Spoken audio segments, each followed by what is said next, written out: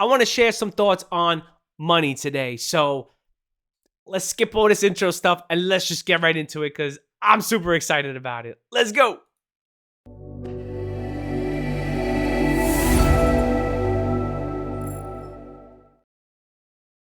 I click it and I just wish it was instant. Like I click it and I'm like, wait in 2 seconds. It's all right, man. So listen, I love being surrounded by amazing, amazing people. I have learned from mentors. I have learned from incredibly wealthy people. I've learned from incredibly blessed people, spiritually mature people. God has just been pouring these things out and just opening my eyes and sharing so many things with me. So I was talking to this dude today, super, super, super smart man, not from this country, but just studied finances and money. And I just wanted to share some of the stuff that he was sharing with me because honestly, I believe everyone needs to know this stuff. And it's about money. It's the perspective of money and how we as people, well, let me not say me as people, I'll say us as Americans view the dollar bill. Okay. So for those who don't know, I'm pretty sure everyone knows already. The US is like $31 trillion in debt, something like that. And it does not look like it's going down anytime soon. I mean, honestly, like even if $1 trillion went into the deficit every single year, it's going to take 31 years to pay it all off. Like we are in a place of so much debt that we're just not going to get out. We're not going to get out. I don't know how or who's going to plan something to get us out. It's just not going to happen. So with that said, economy, and I'm not an economist, but economy says the more money that gets printed, the more inflation is it because there's more dilution of the dollar, right? There's more dollars out there, so it's not worth as much as it is. This is just like a rarity concept. Like if I have one of something, it's unique. That one of something is worth a lot. If there's a trillion of those somethings, it's not really that valuable anymore. So as we continue to print money and we print trillions and trillions of dollars just at the push of the button with no backing towards it, that creates inflation. And inflation has been skyrocketing these past couple of years. I think right now we're at 8%. I don't know the exact number, whatever. It is high. So that means if you got a raise this year, congratulations. But if that raise wasn't at least 10%, you probably lost money. Even if it was 5% or whatever, you probably lost money because not many companies are giving huge raises like that, especially in today's economy, right? So with that said, I love this conversation because as we were talking, he got me to kind of shift my perspective into money. And I felt like I had a good grasp on money. But after hearing, him talk, I was like, wow, I probably don't have as good as a grasp. And there's always certain things that I can shift in my thinking because, we're not always right. There's always room to grow. There's always room to learn. And one of the things that he said that really stood out was that money is a transactional tool. And I know that sounds like, well, duh.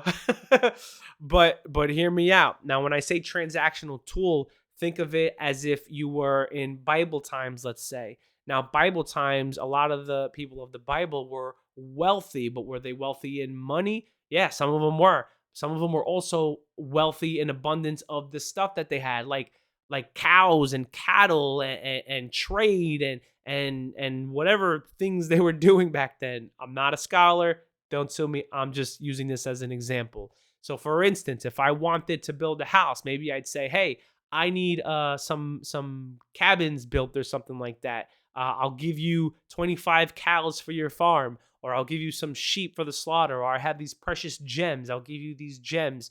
And those gems were the value that would be used to purchase those things. So in today's economy, we, America, used to have the dollar backed on the gold standard. I think it was Nixon who took it off. What that meant was that all of our money was backed up by gold. The value of our money was backed up by the gold that we had in Fort Knox. Now, when he took it off of the standard, all of a sudden we were no longer backed up. And if I can recall correctly, we were then backed up by oil because we had oil wars and whatnot. Don't quote me. But our money was no longer backed up by gold. Now, what happens from 1960 to 2023? Corporations start to grow, new corporations come up. We start making more and more money. Interest continues to go up. And as these companies make more money, taxes start to go up. And we are no longer backed by gold. So we have to balance this economy somehow. So in today's day, I don't know what happened in between, but in today's day, we're literally just printing money. And I think there was an interview with the guy from the Biden administration who was like, "Yeah, I literally just like typed an extra zero just to make $1 trillion." And it's like, that's not how you're supposed to do things. So with all of that, with the capitalism and everything on the rise, people were trying to find shortcuts and a way um to not spend as much money. So manufacturing in America started getting outsourced to different countries. That's why you look under your shoe, you look under your shirt, you look under wherever thing you got here, it probably says made in China, made in Taiwan, made in India. It's made somewhere else. Very rarely do you see made in America, because made in America tends to be a lot more expensive than made in China. So the US, our dollar, is the reserve for every other country. So when we buy these things from China, we're getting them at a super cheap rate because the dollar is worth a lot of money. The dollar is very valuable. What's been happening in these times is our value, our American dollar has been losing value, losing value. The war with Russia, the stuff that's going on with China, them and other countries have slowly been taking the US out of the picture. They've been taking the US dollar out of the economy picture so that it's no longer the reserve. Now, it's still the reserve now, but we're in a time where these things are kind of shifting, where the US dollar is no longer the backing reserve of the world dollar, which is a terrible thing because that means that as Americans, our dollar is continuously losing its value. That's not good for anyone. So, just to give you an example, China will have a resource, and that resource, you can't see my hands, that resource, they'll trade it to us for the American dollar. But there's a point in time. I mean, I'm just predicting here. I'm not a scholar, where that resource is no longer going to be worth that dollar. So there has to be a balance. And the problem is that because America has outsourced all of our production, all of our manufacturing, we don't produce anything. Our power is in our dollar. So if our dollar starts to lose power, America starts to lose its power. We start to lose our leverage for other countries, for trade and commerce and doing what we do. So this guy described it in such a dope way. He said, look, China has, let's say, a circuit board with all these things for these TVs, and they're trading it to America, and America is paying for it. But as our dollar continues to lose value, this all of a sudden, this resource is more valuable than what we're getting. So the trade stops making sense at a certain point because it's just devalued so much. Right now, there has to be something better to trade than just the dollar. Other countries might have their oil. Other countries might have their stock, their farms, their whatever. So when you have these commodities, your US dollar is not worth jack squat. I read something the other day as well. Said if you had if you had $10,000, okay, 15 years ago, 20 years ago, and you put it in the bank and you just saved it, which is what 98% of us do, right? Like we save our money, 98% of us. If you save those $10,000 and you put it in the bank, that ends up becoming worth about $6,000 in 15 to 20 years due to inflation. Meaning that little 0.10% that the bank is giving you does not outpace inflation. So your $10,000, it's still $10,000, but it loses its buying power over the course of 10, 15, 20 years. Even with the interest, it's still losing because it's not outpacing how high inflation is going. The average inflation is about 2 to 3% every year, except these past 2 years where it's been 10%, 8%, which is like mind blowing to me, but whatever. And I'm sure to a lot of people as well. Um, but all of that to say that saving your dollars is not a good way to create wealth. This is why the wealthy people create assets. They get um properties, they get paintings, they get gold, they get metals, they get things that will hold their value, because in times of inflation, when our dollar is worth less, those assets are worth more. If you don't believe me, check out 2022, 2021, the pricing of the houses. They printed out trillions of dollars. The value of the dollar went way, way, way down. There's a lot of money in circulation. The government wants to give handouts to everybody. And all of a sudden, house prices, I'm in Florida, they went from 200,000 to 400,000, 300,000. They almost doubled in price within 2 years.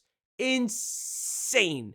Insane. Now they try to combat the inflation with the interest rates. So they keep raising the interest rates. What happens when you raise the interest rates? Not many people will buy anymore.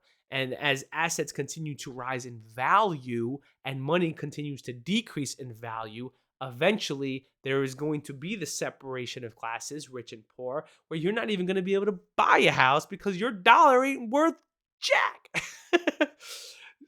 So the whole point of this message was not to think of money in a different light. Don't think of money as if I have to take money, I have to store it and I have to save it because I might need it later. Think of money as an exchange tool where I get dollars in. These dollars hold a specific value. Now that value I have to trade for something that's going to hold its value, because paper money does not hold its value, okay? Assets hold their value. When I say assets, I mean property, land, houses. Now, I'm not crazy about buying houses and doing all that stuff. Like, the finances to me just didn't make any sense. Maybe in the future I could talk to somebody, they'll convince me otherwise. But for me, land is a huge deal. Land will always be an asset. Like, that will always grow in value. It's land, like you own it. And if it doesn't grow, you could always live on it. Like, it's yours. You own that land. Land is a great investment for me. There are S&Ps and ETFs, ETFs. There's the real estate. I think it's REIT, things that you can get into.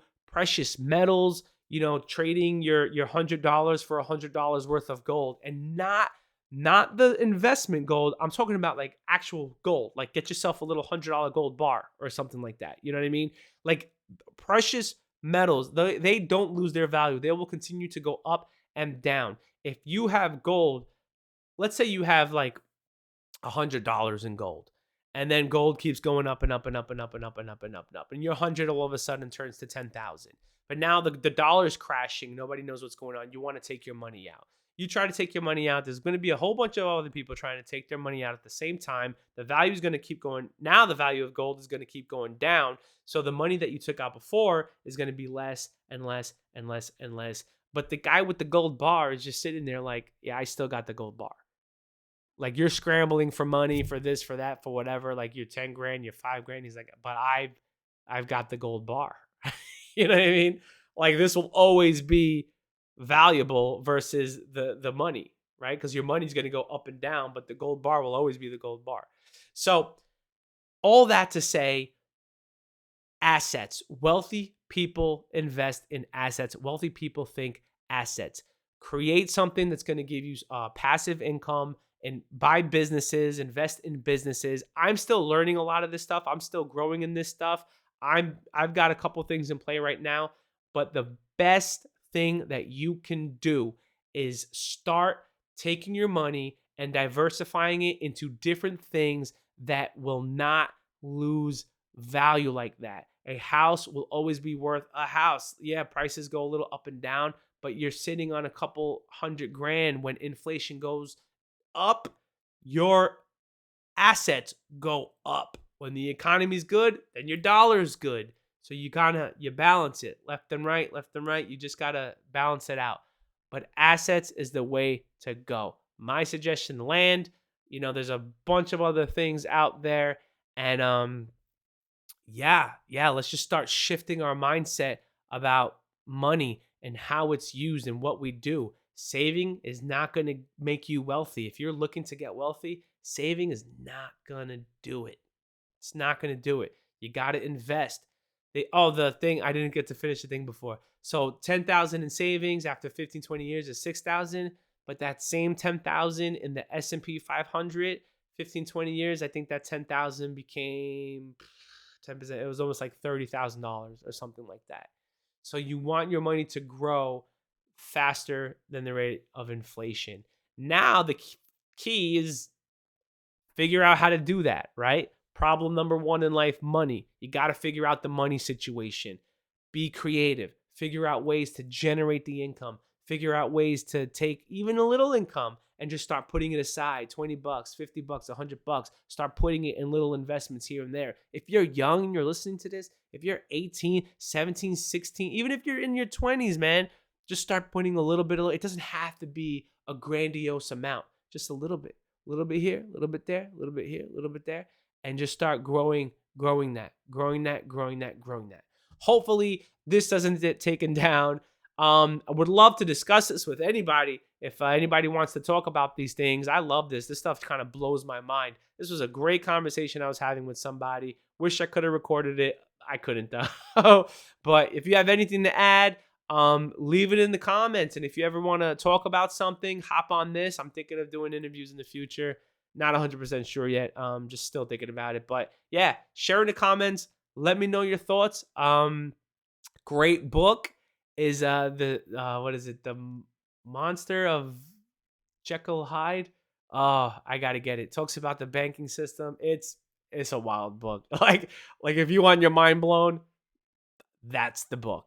I think it's called The Monster of Jekyll Island, if I'm remembering correctly. I'll find it. I'll post the link in the description. God bless. Yeah. Take care, everybody.